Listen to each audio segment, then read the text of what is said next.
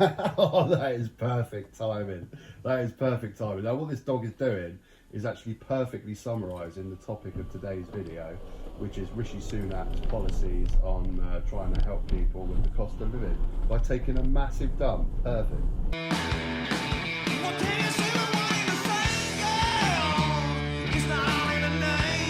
Greetings. Right, I want to talk about Sunak today. Is the super shiny silk lining of Sunak finally being rubbed off this week? Because he was the only one left, wasn't he? He really was the only one left that didn't really have any stink on him. Patel had stink on her. You know, even the real right wingers weren't happy that immigration policies weren't going far enough. Dominic Raab's just an empty-headed buffoon, isn't he? And then don't even get me started on the Dean Dorries and bloody Liz Truss. But he seemed like the only one left that had a bit of shine on him. But this week he's kind of stuffed it up a little bit, hasn't he? Look at that, we're just going past Brighton and Hove Alderby and Amex Stadium there. I'm going to deliver to the campus on site. But yeah, Sunak, what a disastrous week for him. First started with that Sky News interview. It's been reported that you've got family links to Russia, that your wife apparently has a stake in the Indian IT consultancy firm Infosys. They operate in Moscow. They have an office there. They have a delivery office there. They've got a connection to the Alpha Bank in Moscow. Are you giving advice to others that you're not following in your own home? That's not. I'm an elected politician, and I'm here to talk to you about what I'm responsible for. My wife is not. She is not, but equally, if you know, as a country, we are asking taxpayers to fund the UK's support for Ukraine. We're asking people in the UK to give their homes up to Ukrainian refugees, whereas it appears your family potentially could be benefiting from Putin's regime. No, I don't think that's the case. Yes, it is the case, Rishi. When your wife is taking £12 million from her shares in this company that refuse to close their Russian office and have ties with Russian banks, then yeah, it's a problem, mate. Especially a company that the US and the EU have put sanctions on, but the UK haven't. I wonder why. I wonder why that is. Come on. You can see in his face in that interview, he's absolutely petrified. You can see, oh my God, my hopes of becoming Prime Minister sliding away. Even the Daily Mail is reporting on this. Even the Daily Mail have... Oh, hang on. That's the road I need to go down. I've just missed it. Yeah, even the Daily Mail are writing on this. So basically, the Daily Mail exists to keep the Tory party in power, and the only squeaky clean one left... Actually, I can go down this road. The only squeaky clean one left, they're reporting this on it. Now, I come to the conclusion that it has to just come down to one thing. They're not happy that he's brown. I mean, yeah, it has to come down to that. If the Daily Mail are reporting these things on the last hope for the Tory party, the last squeaky clean one in the Tory party, it has to be because he's brown. It has to be. If he was white, they wouldn't be reporting on this stuff. Right, I'm going to deliver to these lovely student campuses here, and I'll be back in a second. Right, wardrobe delivered, onward and upward. Now, did anyone see the LBC interview with Sunak, with the single mum that rung in? Is it? Here it is here. The significant increase in our energy bill has meant that we don't have the boiler on.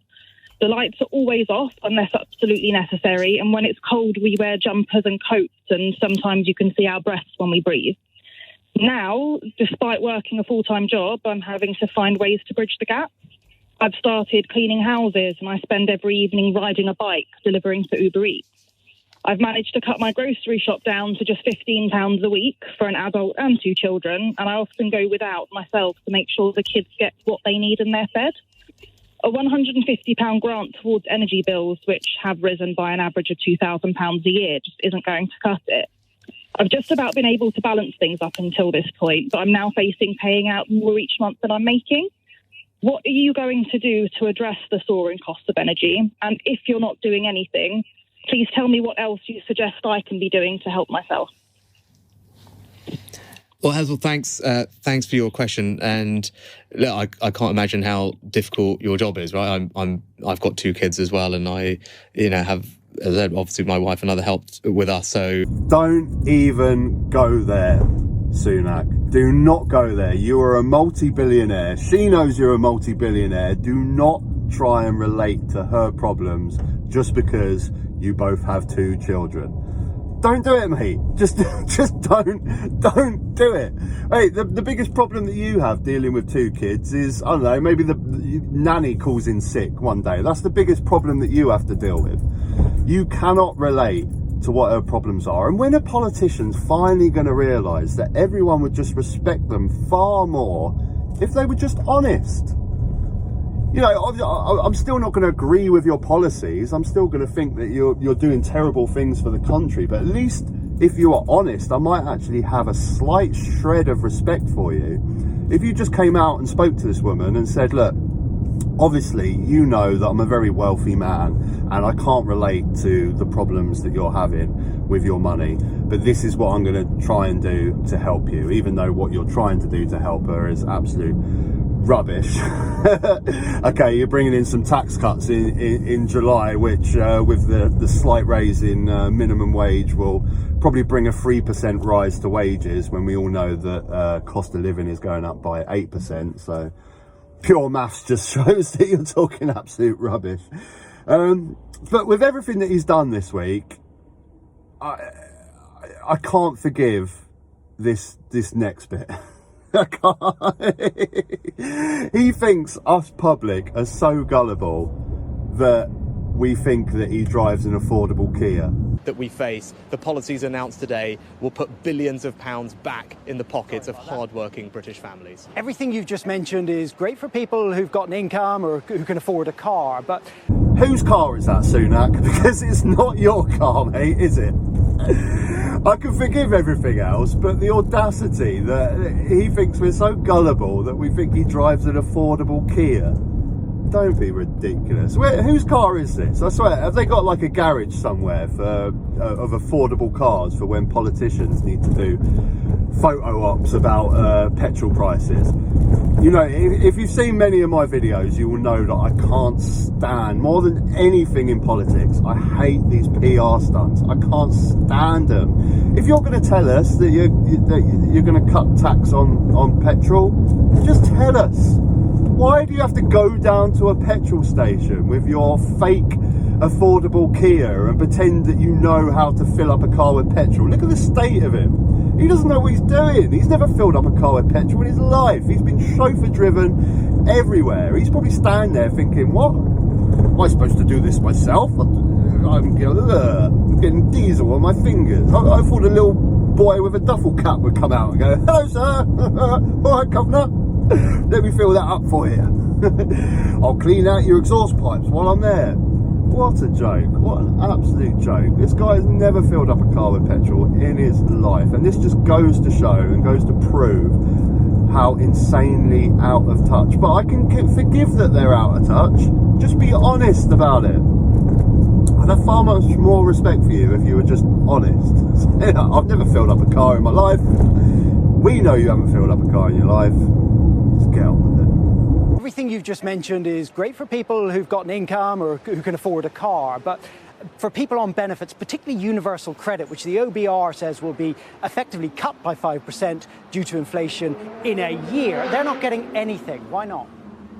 Well, as we have done throughout the last 2 years, we will stand by people, and particularly those who are most vulnerable in our society. Stand by the people. Stand by the people. If it wasn't bad enough that you were making us believe that you drive a Kia, now you're trying to make us believe that you're standing by the people. No, Sunak, the only people you're standing by is the energy companies. They're the ones you're standing by. As soon as you assembled the cabinet to try and do something about the rise in living costs, your number one priority was how do we do it without affecting the profits of the energy companies. We're not stupid. We're not absolute fools to think that you can relate with a single mum who's dealing with heating her home and trying to feed her kids. We're not stupid enough to believe that you drive a Kia and you can handle even simple, mundane, normal people tasks like filling a car with petrol, because you've never done it in your life because you've been chauffeur driven wherever you go. And now you're trying to make us believe that you care about the people. Go get fucked. This is what frustrates me the most. But I guess it's good news, isn't it, guys? I mean, the stink is coming off him. He was the only one left that had a little bit of shine to him. Everyone else got run down with embarrassment. But Rishi, he seemed to get away with it. And what's happened the last week?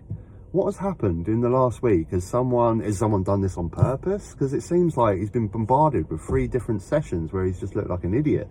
And it's very unlike him. But it's only good news, right? Because if there was an election tomorrow, I'd want Boris Johnson running for the Tories, not Rishi Sunak, as I've said many a time. Not just because I think Boris Johnson would lose, but because he's evil. He is the pure embodiment of capitalism and the pull yourself up by your bootstraps. Doesn't matter if you're a single mum with 2 kids and you can't afford the childcare to go and work a minimum wage job that would only pay for the childcare that you have. No, you have to. He's that guy, isn't he? He is that guy that just does not comprehend anything about the normal working person. And my God, if he ever became Prime Minister, I just can't think about it. I can't think. What's your thoughts, guys? What's your thoughts? Rishi Sunak, is he still in with a shot of the next election? Let me know in the comments. Take care, guys.